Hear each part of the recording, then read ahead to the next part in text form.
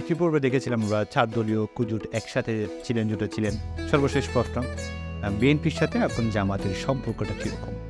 এখন বিএনপির সাথে জামাতের সম্পর্ক অতীতে যেমন ছিল এখনও ঠিক সেই রকম আছে। ওনারা ওনাদের কর্মসূচি নিয়ে অগ্রসর হচ্ছে, আমরা আমাদের কর্মসূচি নিয়ে অগ্রসর হচ্ছি। আমি শুধু আপনাকে এখানে একটা রেকর্ডের জন্য বলতে চাই, 5 তারিখ থেকে এই পর্যন্ত সারা দেশে জামাতের এই ইন্টেরিয়াম গভর্নমেন্টকে প্রশাসনিকভাবে সহযোগিতা আমরা অলরেডি নিরবিচ্ছিন্নভাবে আমরা করে যাচ্ছি।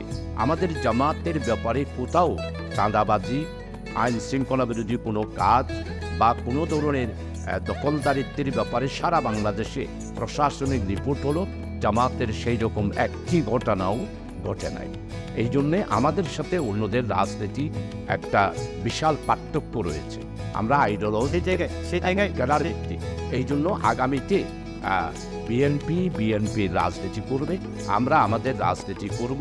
হ্যাঁ, দেশের স্বার্থে, জাতির স্বার্থে, আগামী দিনে জনগণের স্বার্থে যদি আমাদেরকে সম্মিলিত কোনো কিছু করতে হয় তাহলে অবশ্যই আমরা সম্মিলিতভাবে করব, কিন্তু আমরা আমাদের আদর্শ নিয়েই থাকব।